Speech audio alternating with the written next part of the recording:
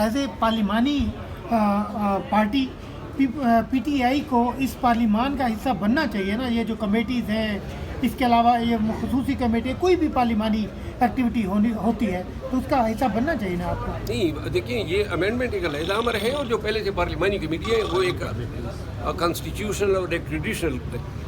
ہم اس آئینی ترمیم سے ایگری. آج میں نے اسمبلی کے فلور پہ کہا ہے, میں نے کہا کہ اب آپ یہ کہہ رہے ہیں کہ 3 سینئر موسٹ جج کے نام آئیں گے تو تینوں کی کوشش ہوگی کہ حکومت جو ہے ان سے ناراض نہ ہو, اور جب 3 کے میں سے کسی کے تینوں کے نام جائیں تو ہر ایک اپنے تئیں خوش کرنے کی کوشش کرے گا, تو لہذا چیف جسٹس وہی بنے گا جو جس سے حکومت سب سے زیادہ خوش ہو.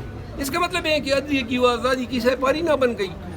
تو لہٰذا اس امینڈمنٹ کا سب سے مولک پہلو یہ ہے, جب عدلیہ آزاد نہیں ہوگی, جب عدلیہ ڈیپینڈنٹ ہوگی ایگزیکٹو پہ, جب عدلیہ کے جج صاحبان یہ سوچ کے اپنے افعال اور اپنے فیصلے کریں گے کہ کہیں ہمارے کسی فیصلے سے حکومت وقت ناراض نہ ہو, تو لہٰذا اور سپریم کورٹ کو چلانے والے کون ہیں؟ وہی 3 جج ہیں نا جو سینئر موسٹ ہوتے ہیں, جو بینچز کی کنسٹیٹیوشن کرتے ہیں, اور انہی کو آپ نے تابع بنا دیا ہے.